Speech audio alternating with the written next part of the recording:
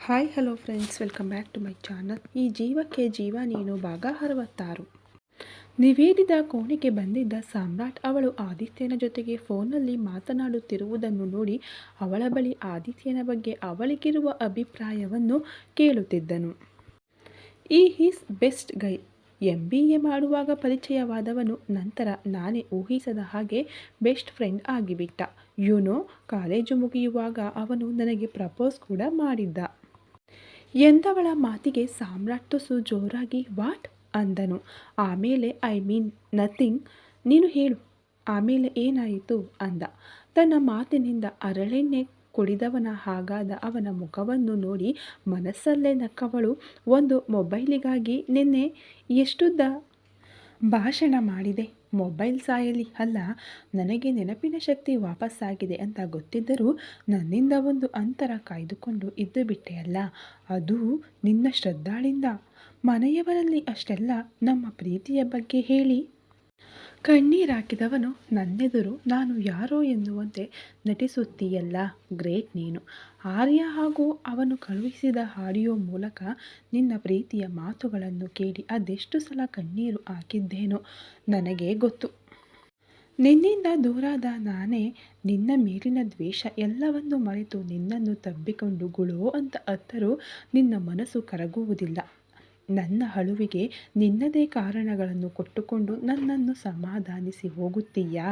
ಒಮ್ಮೆಯಾದರೂ ಇಷ್ಟು ದಿನ ನನ್ನಿಂದ ಒಂದು ಅಂತರ ಕಾಯ್ದುಕೊಳ್ಳುವ ಶ್ರದ್ಧಾ ಈಗ್ಯಾಕೆ ಈ ರೀತಿ ವರ್ತಿಸುತ್ತಾಳೆ ಎನ್ನುವುದನ್ನು ಯೋಚಿಸಿದ್ದೀಯಾ? ಆರ್ಯ ಮಾತನ್ನು ಕೇಳಿದ ಬಳಿಕ ನೂರಾರು ಬಾರಿ ನಿನ್ನನ್ನು ಕೂರಿಸಿಕೊಂಡು ನನ್ನೆಲ್ಲ ನೋವನ್ನು ನಿನ್ನಲ್ಲಿ ಹೇಳಬೇಕು. ನೀನು ಮೊದಲಿನಂತೆ ಆದಿತ್ಯನಾಗಿ ನನ್ನನ್ನು ತಬ್ಬಿಕೊಂಡು ಸಮಾಧಾನಿಸಿ ಶ್ರದ್ಧಾ ಎಲ್ಲವನ್ನು ಮರೆತು ಬಿಡು. ಇಬ್ಬರು ಮದುವೆಯಾಗಿ ಒಬ್ಬರನ್ನೊಬ್ಬರು ಮತ್ತಷ್ಟು ಪ್ರೀತಿಸಬೇಕು ಅಂತೆಲ್ಲ ನೀನು ಹೇಳಬೇಕೆಂದು ಕನಸು ಕಂಡರೆ ನೀನು ನನ್ನಲ್ಲಿಗೆ ಬಂದು ಆದಿತ್ಯನ ಬಗ್ಗೆ ವಿಚಾರಿಸುತ್ತಿದ್ದೀಯಾ? 1 ಸೆಕೆಂಡ್, ದಟ್ ಮೀನ್ ನನ್ನನ್ನು ಅವನಿಗೆ ಬಿಟ್ಟುಕೊಟ್ಟು ನೀನು ದಾನಶೂರಕರ್ಣನಾಗಬೇಕಾ? ವೇಟ್, ಇವತ್ತಿನಿಂದ ನೀನು ನೆಮ್ಮದಿಯಿಂದ ನಿದ್ದೆ ಮಾಡಬಾರದು. ಆ ರೀತಿಯಲ್ಲಿ ನನ್ನ ಆದಿ ಕತೆ ಹೇಳುತ್ತೇನೆ ನಿನಗೆ ಅಂತ ಮನಸ್ಸಲ್ಲೇ ಗಟ್ಟಿ ನಿರ್ಧಾರ ಮಾಡುತ್ತಿದ್ದವಳಿಗೆ, ಹೋಯ್ ಅದೆಲ್ಲಿ ಕಳೆದು ಹೋದೆ? ನಿನ್ನ ಆದಿತ್ಯನ ಕತೆ ಹೇಳುವ ಬದಲು ಕನಸು ಕಾಣುತ್ತಿದ್ದೀಯಾ? ಆಗಲೇ ಆಫೀಸಿನಿಂದ ಬಂದವನು ಏನೂ ತಿಂದಿಲ್ಲ, ಹೊಟ್ಟೆ ಬೇರೆ ಹಸಿಯುತ್ತಿದೆ. ಬೇಗ ಬೇಗ ಅದೇನು ಹೇಳಬೇಕೋ ಎಲ್ಲವನ್ನು ಹೇಳು ಎಂದವನ ಧ್ವನಿಯಲ್ಲಿದ್ದ ಅಸಮಾಧಾನವನ್ನು ಗಮನಿಸಿ ಮನಸ್ಸಲ್ಲೇ ನಕ್ಕವಳು. ಅಯ್ಯೋ ನನ್ನ ಬುದ್ಧಿಗಿಷ್ಟು. ನಿಜ, ನೀನು ಮಾತನಾಡದೆ ಇರುತ್ತಿದ್ದರೆ ನಾನು ನನ್ನ ಆದಿಯ ಜೊತೆ ಕಾಲೇಜು ದಿನಗಳ ನೆನಪಲ್ಲಿಯೇ ಕಳೆದು ಹೋಗುತ್ತಿದ್ದೆ ಎಂದು ನಾಚುತ್ತಾ ಹೇಳಿದವಳ ವರಸೆಗೆ ತಬ್ಬಿಬ್ಬಾದ ಸಾಮ್ರಾಟ್. ಇದೆಲ್ಲ ಬೇಕಿತ್ತ ಸಾಮ್ರಾಟ್ ನಿನಗೆ? ಹೇಗೋ ಕಣ್ಣೆದುರು ಖುಷಿಯಾಗಿದ್ದಾಳೆ ಎನ್ನುವ ನೆಮ್ಮದಿ ಇಲ್ಲಿ ಇದ್ದೇ ತಾನೆ. ಈಗ ಅವಳ ಜೀವನದಲ್ಲಿ ಮತ್ತೊಬ್ಬನಿದ್ದಾನೆ.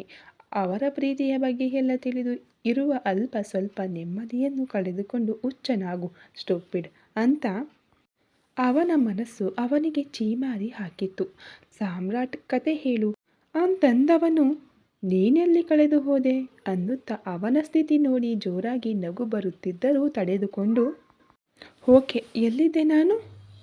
ಎಸ್, ಕಾಲೇಜಿನ ಮೊದಲ ದಿನದಿಂದಲೇ ಅವನು ಏನಾದರೂ ನೆಪ ಮಾಡಿಕೊಂಡು ನನ್ನ ಹಿಂದೆ ಬಿದ್ದಿದ್ದ. ಆಗೇನು ಬೆಸ್ಟ್ ಫ್ರೆಂಡ್ ಅಷ್ಟೇ. ಕಾಲೇಜು ಮುಗಿಯುವಾಗ ಪ್ರಪೋಸ್ ಮಾಡಿದ ಎಂದನು. ಈಗೇನು ನನ್ನ ಮತ್ತು ಆದಿಯ ಬಗ್ಗೆ ಗೊತ್ತಿರುವುದು ನನಗ?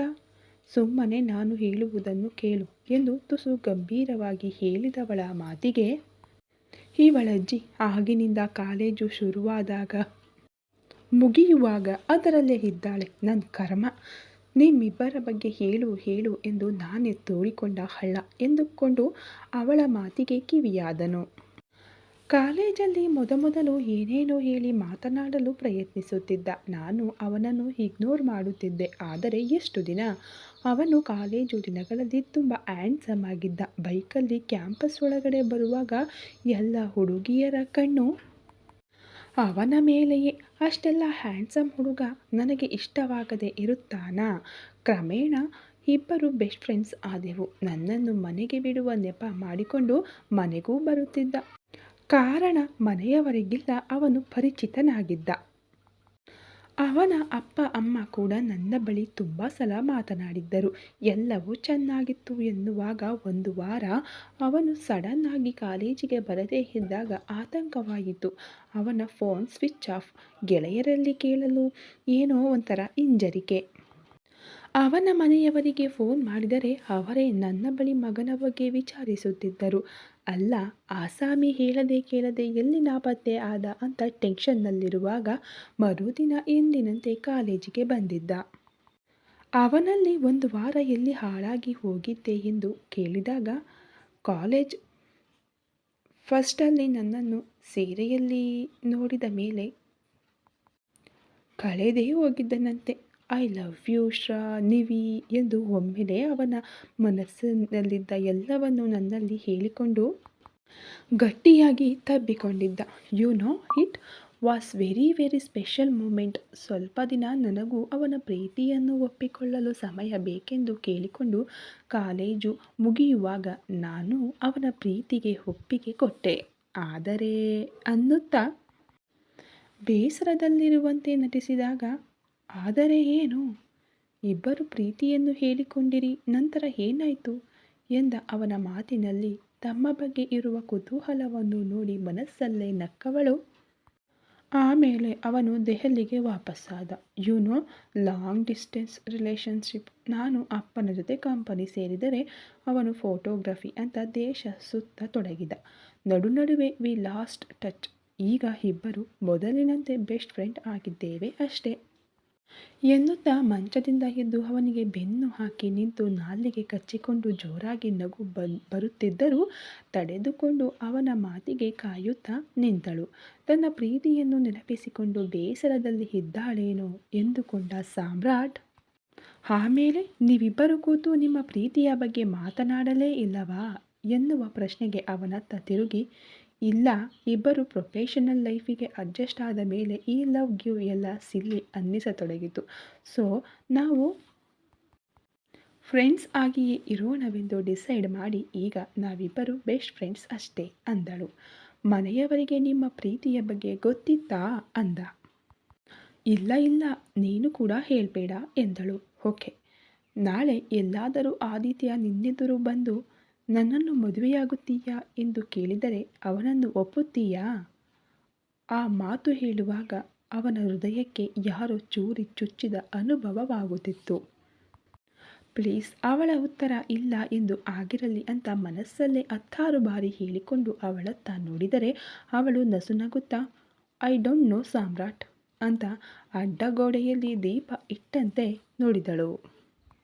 ಇನ್ನೇನೋ ಅವಳಲ್ಲಿ ಕೇಳಬೇಕು ಎನ್ನುವಾಗ ಅವನಿಗೆ ಆರ್ಯ ಕರೆ ಮಾಡಿದ್ದ. ಫೋನ್ ನೋಡಿಕೊಂಡು ಆಮೇಲೆ ಮಾತನಾಡೋಣ ಅನ್ನುತ್ತಾ ಅಲ್ಲಿಂದ ಹೊರ ನಡೆದರೆ ನಿವೇದಿತಾ ಹೊಟ್ಟೆ ಹಿಡಿದು ಜೋರಾಗಿ ನಗುತ್ತಾ, ಈಡಿಯಟ್, ಸ್ಟುಪಿಡ್ ಸಾಮ್ರಾಟ್, ನೀನಿಷ್ಟು ಪೆದ್ದು ಆಗಿದ್ದು ಯಾವಾಗ? ಅಲ್ಲ, ನಾನು ಹೇಳಿದ್ದು ನಮ್ಮಿಬ್ಬರ ಲವ್ ಸ್ಟೋರಿಯ ಬಗ್ಗೆ. ಅಯ್ಯೋ ಅನ್ನುತ್ತಾ ನಗುವನ್ನು ನಿಲ್ಲಿಸಿ, ಆದಿ ಅಂದರೆ ನನ್ನ ಗೆಳೆಯ ಆದಿತ್ಯ ಅಲ್ಲ ಸಾಮ್ರಾಟ್, ಅದು ನೀನೇ. ನಾನೇ ಸ್ವಲ್ಪ ಉಪ್ಪು ಖಾರ ಸೇರಿಸಿ ನಮ್ಮ ಅಂದರೆ ಶ್ರದ್ಧಾ ಮತ್ತು ಆದಿತ್ಯ ಕಥೆಯನ್ನು ನಿನಗೆ ಹೇಳಿದ್ದು. ನೀನೊಬ್ಬ ಮುಟ್ಟಾಳ, ಹಳೆಯದೆಲ್ಲ ಮರೆತಿಲ್ಲ ನೀನು. ಆದರೂ ಗೂಬೆಯ ಹಾಗೆ ನಾನು ಹೇಳುವುದಕ್ಕೆಲ್ಲ ರಿಯಾಕ್ಟ್ ಆಗುತ್ತಿದ್ದವನಿಗೆ ಒಮ್ಮೆಯೂ ಇದೆಲ್ಲ ನಮ್ಮ ಲವ್ ಸ್ಟೋರಿ ಅಂತ ಅನ್ನಿಸಲೇ ಇಲ್ಲ ಅಲ್ವಾ? ನೋ ಪ್ರಾಬ್ಲಮ್, ಕರ್ಣ ಆಗಲು ಹೊರಟಿದ್ದೀಯಲ್ಲ, ಅನುಭವಿಸು. ಈ ಆದಿತ್ಯ ನನ್ನ ಬೆಸ್ಟ್ ಫ್ರೆಂಡ್ ಅಷ್ಟೇ, ಅಲ್ಲದೆ ಅವನು ಕಮಿಟೆಡ್. ಹುಡುಗಿ ಅವನ ಮಾವನ ಮಗಳೇ. ನನ್ನ ಜೀವನದಲ್ಲಿ ಪ್ರೀತಿ, ಪ್ರೇಮಿ ಅಂತ ಏನಾದರೂ ಇದ್ದರೆ ಅದು ನೀನು ಮಾತ್ರ ದುಶ್ಯಾಸನ ಎಂದವಳ ಕಣ್ಣಂಚು ನಗುವಿನಿಂದ ಒದ್ದೆಯಾಗಿತ್ತೋ ಅಥವಾ ಒಮ್ಮೆ ಅವರಿಬ್ಬರ ಪ್ರೀತಿಯ ಜೀವನವನ್ನು ನೆನಪಿಸಿಕೊಂಡು ಒದ್ದೆಯಾಗಿತ್ತೋ ಗೊತ್ತಿಲ್ಲ. ಕಣ್ಣೀರು ಒರೆಸಿಕೊಂಡು ಮದುವೆಗೆ ಆದಿ ಬರುತ್ತಾನಲ್ಲ, ಆಗ ನಿನ್ನನ್ನು ಇನ್ನಷ್ಟು ಉರಿಸುತ್ತೇನೆ, ನೋಡುತ್ತಿರು. ನನ್ನ ಜೊತೆ ಅವನನ್ನು ನೋಡಿ ನೋಡಿ ನಿನ್ನ ತಲೆ ಕೆಟ್ಟು ನನ್ನ ಹತ್ತಿರ ಬಂದು ಅಂದು ಮನೆಯವರಲ್ಲಿ ಹೇಳಿದ ಎಲ್ಲವನ್ನೂ ನನ್ನೆದುರು ಹೇಳಿ, ಶ್ರದ್ಧಾ, ನೀನು ನನಗೆ ಬೇಕು, ಐ ಲವ್ ಯು ಎಂದು ನಿನ್ನ ಬಾಯಲ್ಲಿ ಹೇಳಿಸದಿದ್ದರೆ ನಾನು ನಿವೇದಿತಾಳೆ ಅಲ್ಲ ಎಂದು ನಸುನಕ್ಕಳು. ಆರ್ಯ ಜೊತೆ ಮಾತನಾಡುತ್ತಾ ತನ್ನ ಕೋಣೆಯತ್ತ ನಡೆದ ಸಾಮ್ರಾಟ್ ಗೆಳೆಯನಲ್ಲಿ ಮಾತು ಮುಗಿಸಿ ಮೊಬೈಲನ್ನು ಮಂಚದ ಮೇಲೆಸೆದು ಲೈಫ್ ಈಗೂ ಒಂದು ಟರ್ನಿಂಗ್ ಪಾಯಿಂಟ್ ಕೊಡುತ್ತೆ ಅಂತ ಗೊತ್ತಿರಲಿಲ್ಲ. ನಾನೇನೋ ಅವಳನ್ನು ಸ್ವಲ್ಪ ಕಾಡಿಸಿ ಅವಳ ಮನಸ್ಸಿನ ಮಾತನ್ನು ತಿಳಿಯೋಣ ಅಂತಿದ್ದರೆ ಅವಳ ಜೀವನದಲ್ಲಿ ನಾನು ಇಲ್ಲವೇ ಇಲ್ಲ. ಶಿ ಲವ್ ಆದಿತ್ಯ ಎನ್ನುತ್ತಿದ್ದವನ ಕಣ್ಣಂಚು ತೇವವಾಗಿತ್ತು. ತನ್ನೆದುರು ಇರುವ ತಂದೆ ತಾಯಿಯ ಫೋಟೋ ನೋಡಿಕೊಂಡು ಡ್ಯಾಡ್ ವಾರದ ಹಿಂದೆಯಷ್ಟೇ ಆರ್ಯ ಬಳಿ ನಾನು ಪ್ರೀತಿಸುತ್ತಿರುವ ನಿವಿ ಎಲ್ಲೇ ಇರಲಿ ಯಾರ ಜೊತೆಗಾದರೂ ಅವಳ ಮದುವೆಯಾಗಲಿ ಅವಳು ತುಂಬ ಖುಷಿಯಾಗಿರಬೇಕು ಎಂದಿದ್ದೆ. ಹಾಗೆ ಹೇಳುವುದು ಸುಲಭ ಡ್ಯಾಡ್, ಆದರೆ ವಾಸ್ತವ ಯಾಕೋ ಗೊತ್ತಿಲ್ಲ ಮತ್ತೊಮ್ಮೆ ನನ್ನ ಶ್ರದ್ಧಾಳನ್ನು ಶಾಶ್ವತವಾಗಿ ಕಳೆದುಕೊಳ್ಳುತ್ತಿದ್ದೇನೆ ಎನ್ನುವ ಭಯದ ಜೊತೆ ಹೃದಯ ಹಿಂಡಿದ ಹಾಗೆ ಅನ್ನಿಸುತ್ತಿದೆ ಅನ್ನುತ್ತಾ ಫೋಟೋವನ್ನು ದಿಟ್ಟಿಸುತ್ತಾ ಅದೆಷ್ಟೋ ಹೊತ್ತು ಕುಳಿತವನಿಗೆ ಸಾಮ್ರಾಟ್ ಆಗಿನಿಂದ ಅಮ್ಮ ನಿನ್ನನ್ನು ಕರೆಯುತ್ತಿದ್ದಾರೆ ಕೇಳಿಸುತ್ತಿಲ್ಲವಾ ಎನ್ನುತ್ತಾ ನಿವೇದಿತಾ ಅವನ ಪಕ್ಕ ಬಂದಾಗ ಅವಳ ಧ್ವನಿ ಕೇಳಿಯೇ ತಿರುಗಿ ನಿಂತು ಕಣ್ಣು ಒರೆಸಿಕೊಂಡು ಆರ್ಯ ಕಾಲ್ ಮಾಡಿದ್ದ, ಸ್ವಲ್ಪ ಎಮೋಷನಲ್ ಆಗಿ ಮಾತನಾಡುತ್ತಿದ್ದೆವು, ನಡಿ ಹೋಗೋಣ ಎಂದವನ ಮುಖ ನೋಡಿದಾಗ ಬೇಸರವಾಗಿತ್ತು. ಛೆ, ಇವನನ್ನು ಸ್ವಲ್ಪ ಕಾಡಿಸುವ ನೆಪದಲ್ಲಿ ನಮ್ಮದೇ ಲವ್ ಸ್ಟೋರಿಯನ್ನು ತಿರುಚಿ ಹೇಳಿದರೂ ಅದರ ಬಗ್ಗೆ ಏನೇನೋ ಕಲ್ಪಿಸಿಕೊಂಡು ಕೂತಿದ್ದಾನೆ. ಸಾಮ್ರಾಟ್, ನಿನಗೆ ಸಿಂಚು ಮದುವೆ ತನಕ ಅಷ್ಟೇ ಸಮಯ. ಅಷ್ಟರೊಳಗಡೆ ನೀನು ನಿನ್ನ ಪ್ರೀತಿಯನ್ನು ನನ್ನ ಬಳಿ ಹೇಳಬೇಕು. ಇಲ್ಲವೆಂದರೆ ನಾನೇ ಎಲ್ಲರೆದುರು ನಮ್ಮ ಬಗ್ಗೆ ಹೇಳಿಬಿಡುತ್ತೇನೆ. ಸಾಕು ಇಬ್ಬರು ಇಷ್ಟು ವರ್ಷ ನೋವುಂಡಿದ್ದು ಎಂದುಕೊಂಡು ಅವನನ್ನು ಹಿಂಬಾಲಿಸಿದಳು. ಸಿಂಚನ ಮದುವೆ ಹಾಗೂ ಆರ್ಯ ಕೆಲಸದ ಜವಾಬ್ದಾರಿಯನ್ನು ಹೊತ್ತಿರುವ ಅಖಿಲ್ ಕಂಪನಿ ಇಲ್ಲವೇ ಮನೆಯೆಂದು ತುಂಬ ಬ್ಯುಸಿಯಾಗಿರುತ್ತಿದ್ದನು. ಮಾನ್ಯತಾ ಕೂಡ ಈಗ ಸಾಮ್ರಾಟ್ PA ಆಗಿರುವುದರಿಂದ ಅವಳ ಮೇಲೂ ಕೆಲಸದ ಭಾರ ತುಂಬ ಇರುತ್ತಿತ್ತು. ಇಬ್ಬರಿಗೂ ಮೊದಲಿನಂತೆ ಕಂಪನಿಯಲ್ಲಿ ಅಲ್ಪ ಸ್ವಲ್ಪ ಮಾತನಾಡಲು ಸಮಯ ಸಿಗುತ್ತಿರಲಿಲ್ಲ. ಸಾಮ್ರಾಟ್ ಕೊಟ್ಟ ಫೈಲ್ ಹಿಡಿದು ಅಖಿಲ್ ಕ್ಯಾಬಿನ್ನಿಗೆ ಬಂದ ಮಾನ್ಯತಾ ಅವನ ಹೆಸರನ್ನು ಕರೆದರೂ ಯಾವುದೋ ಕರೆಯಲ್ಲಿ ನಿರತನಾಗಿದ್ದವನು ಅವಳತ್ತ ನೋಡದೆ ಕೈ ಸನ್ನೆಯಲ್ಲೇ ಅವಳನ್ನು ಒಳಗಡೆ ಬರುವಂತೆ ಹೇಳಿದನು. 2 ನಿಮಿಷದ ಬಳಿಕ ಕರೆ ತುಂಡರಿಸಿ ಫೈಲಿಗಾಗಿ ಅವಳತ್ತ ಕೈ ಚಾಚಿದಾಗ ಕೋಪದಲ್ಲೇ ಅವನ ಕೈ ಮೇಲೆ ಫೈಲನ್ನು ಕುಕ್ಕಿ ಅವನ ಎದುರಲ್ಲೇ ಕುಳಿತಳು. ತಲೆ ತಗ್ಗಿಸಿ ನಸು ನಕ್ಕವನು, ಮಾನ್ಯತಾ, ಇದರಲ್ಲಿ 2 ಕಡೆ ಡೀಟೇಲ್ಸ್ ಮಿಸ್ ಆಗಿದೆ, ಒಮ್ಮೆ ಚೆಕ್ ಮಾಡಿ ಎಂದವನ ಮಾತಿಗೆ ಕೋಪದಲ್ಲೇ ಏನು ಚೆಕ್? ಸಾಮ್ರಾಟ್ ಸರ್ ಆಗಲೇ ಎಲ್ಲ ತಿದ್ದುಪಡಿ ಮಾಡಿಯೇ ನಿಮ್ಮಲ್ಲಿಗೆ ಈ ಫೈಲ್ ಕಳುಹಿಸಿದ್ದು. ಸುಮ್ಮನೆ ಏನೇನೋ ಹೇಳಬೇಡಿ, ಸೈನ್ ಮಾಡಿಕೊಡಿ ಎಂದು ಅಸಮಾಧಾನದಿಂದಲೇ ಹೇಳಿದಾಗ miss Manyata, are you out of your mind? ಯಾರ ಹತ್ತಿರ ಏನು ಮಾತನಾಡುತ್ತಿದ್ದೀಯ ಎಂದು ಗೊತ್ತು ತಾನೇ? I am your boss, do what I say ಅನ್ನುತ್ತಾ ಫೈಲ್ ಅವಳತ್ತ ತಳ್ಳಿದನು. ಒಮ್ಮೆಲೆ ಅವನ ಗಂಭೀರವಾದ ಧ್ವನಿ ಕೇಳಿ ಭಯಪಟ್ಟು ಅಖಿಲ್ ಇಷ್ಟು ಕೋಪಗೊಳ್ಳಬೇಕಾದರೆ ಏನೋ ತಪ್ಪು ಇರಬೇಕೆಂದುಕೊಂಡು ಸಾರಿ ಸರ್, ಚೆಕ್ ಮಾಡುತ್ತೇನೆ ಅಂತ ಫೈಲಿನತ್ತ ಗಮನ ಹರಿಸಿದಳು. ಪ್ರತಿಯೊಂದು ಪುಟವನ್ನು ತುಂಬು ಏಕಾಗ್ರತೆಯಿಂದ ಗಮನಿಸುತ್ತಿದ್ದವಳಿಗೆ ಸುತ್ತಮುತ್ತಲಿನ ಪರಿವೇ ಇರಲಿಲ್ಲ. ಕಳ್ಳ ಅಖಿಲ್ ಅವಳನ್ನು ನೋಡಿ ನಸುನಕ್ಕು ನಿಧಾನವಾಗಿ ತನ್ನ ಕುರ್ಚಿಯಿಂದ ಎದ್ದು ಕ್ಯಾಬಿನ್ ಬಾಗಿಲು ಲಾಕ್ ಮಾಡಿ ಅವಳ ಹತ್ತಿರ ನಡೆದು ಕುಳಿತಿದ್ದವಳನ್ನು ಹಿಂದೆಯಿಂದ ಬಳಸಿ ಅವಳ ಕೊರಳ ಒಣಪಲ್ಲಿ ಮುತ್ತಿಟ್ಟಾಗ ಅವಳು ಬೆಚ್ಚಿ ಎದ್ದು ನಿಂತು ಸರ್ ಎನ್ನುತ್ತಿದ್ದವಳ ಸನಿಹ ಸರಿದು ಶ್, ಏನು ಮಾತನಾಡಬೇಡ ಅನ್ನುತ್ತಾ ಅವಳನ್ನು ಗಟ್ಟಿಯಾಗಿ ತಬ್ಬಿಕೊಂಡು 1-5 ನಿಮಿಷ ಹಾಗೆಯೇ ಇದ್ದವನು ಅವಳಿಂದ ದೂರ ಸರಿದು ಹಣೆಯ ಮೇಲೆ ಮುತ್ತಿಟ್ಟು I love you Manu, sorry office work, Sinchu ಮದುವೆಯೆಂದು ತಲೆ ಕೆಟ್ಟು ಹೋಗಿದೆ, ನಿನ್ನ ಬಳಿ ಮಾತನಾಡಲು ಸಮಯ ಸಿಗುತ್ತಿಲ್ಲ ನೋಡು. ಸಾರಿ, ಸ್ವಲ್ಪ ದಿನ ನೀನೇ ಅಡ್ಜಸ್ಟ್ ಮಾಡ್ಕೋ. ಓಕೆ, ಹಾಗೆಯೇ ನಿವಿಗೆ ಕಾಲ್ ಮಾಡು, ಮೊಬೈಲ್ ಅವಳ ಕೈಯಲ್ಲಿದೆ ಎಂದವನನ್ನೇ ರೆಪ್ಪೆ ಮಿಟುಕಿಸುತ್ತಾ ನೋಡುತ್ತಿದ್ದವಳ ಮುಖವನ್ನು ಬೊಗಸೆಯಲ್ಲಿ ಹಿಡಿದವನ ಮೊಬೈಲ್ ರಿಂಗಣಿಸಿತ್ತು.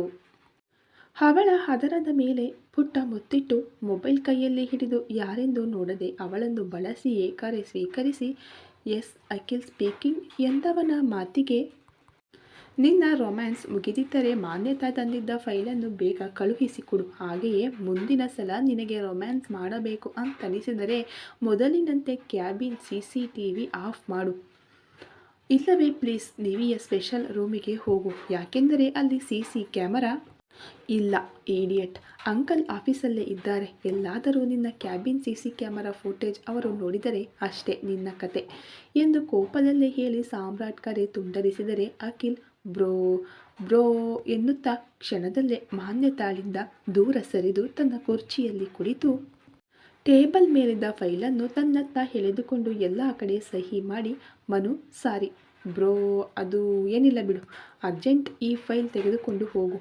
ಸಾರಿ, ಏನು ಕರೆಕ್ಷನ್ ಇರಲಿಲ್ಲ, ನಾನೇ ನಿನ್ನ ಜೊತೆ ಸ್ವಲ್ಪ ಟೈಮ್ ಸ್ಪೆಂಡ್ ಮಾಡೋಣ ಅಂತ ಸುಳ್ಳು ಹೇಳಿದೆ ಅಷ್ಟೆ.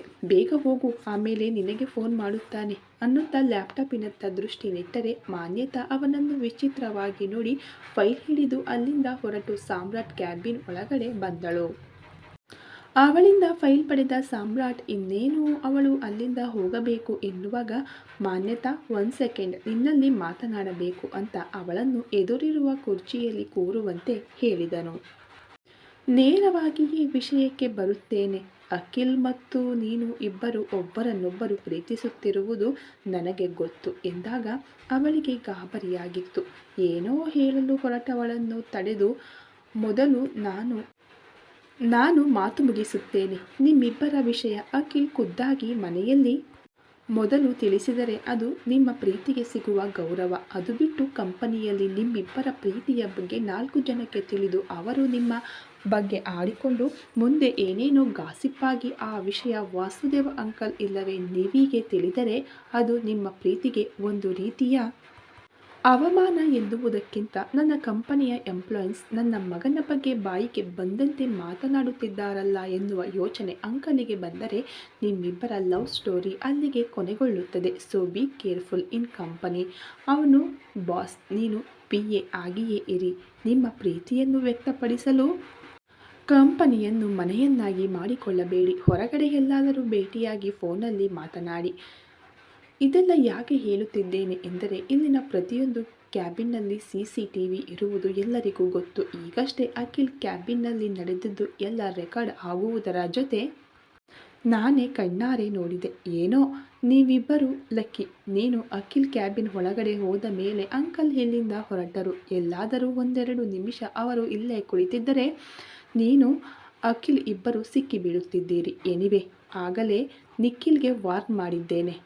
ನಿನಗೂ ಕೂಡ ಅದನ್ನೇ ಹೇಳುತ್ತಿದ್ದೇನೆ. ಪ್ರೀತಿಯಲ್ಲಿ ಬೀಳುವುದು ತುಂಬ ಸುಲಭ, ಆದರೆ ಇಬ್ಬರ ನಡುವೆ ಆ ಪ್ರೀತಿಯನ್ನು ಉಳಿಸಿಕೊಂಡು ಹೋಗುವುದು ತುಂಬ ಕಷ್ಟದ ಕೆಲಸ. ನಾನೇನು ನಿಮ್ಮಿಬ್ಬರ ಪ್ರೀತಿಗೆ ವಿರುದ್ಧವಾಗಿಲ್ಲ.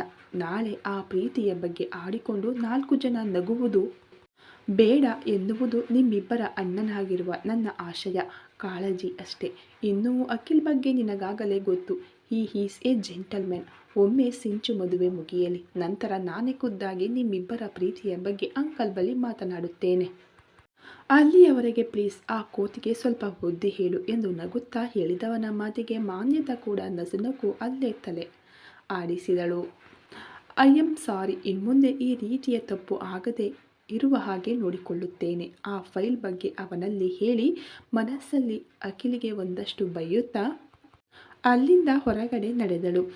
ಆಫೀಸ್ ಕೆಲಸದ ಜೊತೆ ಅಂದಿನ ತನ್ನೆಲ್ಲ ಜವಾಬ್ದಾರಿಗೆ ವಿರಾಮವಿಟ್ಟು ಕೋಣೆಗೆ ಬಂದ ವಾಸುದೇವ್ ಹೆಂಡತಿ ಕ್ಯಾಲೆಂಡರ್ ಪ್ಯಾಡ್ ಹಿಡಿದು ಏನೋ ಯೋಚಿಸುವುದನ್ನು ನೋಡಿ ತಕ್ಷಣ ಅವರ ಕೈಯಲ್ಲಿದ್ದ ಕ್ಯಾಲೆಂಡರ್ ತನ್ನ ಕೈಗೆ ತೆಗೆದುಕೊಂಡು ಹೋ ಶಿಟ್, ಕಂಪನಿ ಸಿಂಚು ಮದುವೆ ಎಂದು ಮುಖ್ಯವಾದ ವಿಷಯವನ್ನೇ ಮರೆತು ಬಿಟ್ಟಿದ್ದೇನೆ. ರಜನಿ, ನಿವಿ ಹೆಲ್ತ್ ಚೆಕಪ್ ನೋಡು, ಇನ್ನೊಂದು ವಾರಕ್ಕೆ ಅವಳ ಸರ್ಜರಿ ಆಗಿ 3 ತಿಂಗಳು ಪೂರ್ತಿಯಾಗುತ್ತದೆ. ನಾಳೆಯೇ ಅವಳನ್ನು ಕರೆದುಕೊಂಡು ಆಸ್ಪತ್ರೆಗೆ ಹೋಗಬೇಕು ಅನ್ನುತ್ತಾ ತಾಹಿರಾರಿಗೆ ಕರೆ ಮಾಡಿ ಮಾತನಾಡಿದವರು ಕೋಣೆಯಿಂದ ಹೊರಗಡೆ ಬಂದು ಹಾಲಲ್ಲಿಯೇ ಕುಳಿತು ಹರಟುತ್ತಿರುವ ಮಕ್ಕಳ ಬಳಿ ನಡೆದು, ನಿವಿ, ನಾಳೆ ನಿನ್ನ ಚೆಕಪ್ಪಿಗೆ ಹೋಗಬೇಕು. ಈಗಷ್ಟೇ ತಾಹಿರಾ ಬಳಿ ಮಾತನಾಡಿದ್ದೇನೆ. ಅಖಿಲ್ ನಮ್ಮ ಜೊತೆ ಬಾ, ಬೆಳಿಗ್ಗೆ ಬೇಗ ಹೋಗಬೇಕು ಅನ್ನುತ್ತಾ ಮಕ್ಕಳನ್ನು ಅಲ್ಲಿಂದ ಅವರವರ ಕೋಣೆಗೆ ಕಳುಹಿಸಿದರು. ಬೆಳಿಗ್ಗೆ ಅಪ್ಪ ಹಾಗೂ ಅಣ್ಣನ ಜೊತೆ ಆಸ್ಪತ್ರೆಗೆ ಬಂದ ನಿವೇದಿತಾಳನ್ನು ಡಾಕ್ಟರ್ ಅಲೋಕ್ ಹಾಗೂ ತಾಹಿರಾ ಕೆಲವೊಂದು ಟೆಸ್ಟ್ ಮಾಡಿಸಲು ಕರೆದುಕೊಂಡು ಹೋಗಿ ಗಂಟೆಗಳ ಬಳಿಕ ಟೆಸ್ಟ್ ಎಲ್ಲ ನಡೆದು ರಿಪೋರ್ಟ್ಗಾಗಿ ಕಾಯುತ್ತಾ ಕುಳಿತರು. ಈ ಕತೆ ಇನ್ನು ಮುಂದುವರಿಯುವುದು. ವಿಡಿಯೋ ನೋಡ್ತಾ ಇರೋ ನಿಮ್ಮೆಲ್ಲರಿಗೂ ಧನ್ಯವಾದಗಳು. Thank you.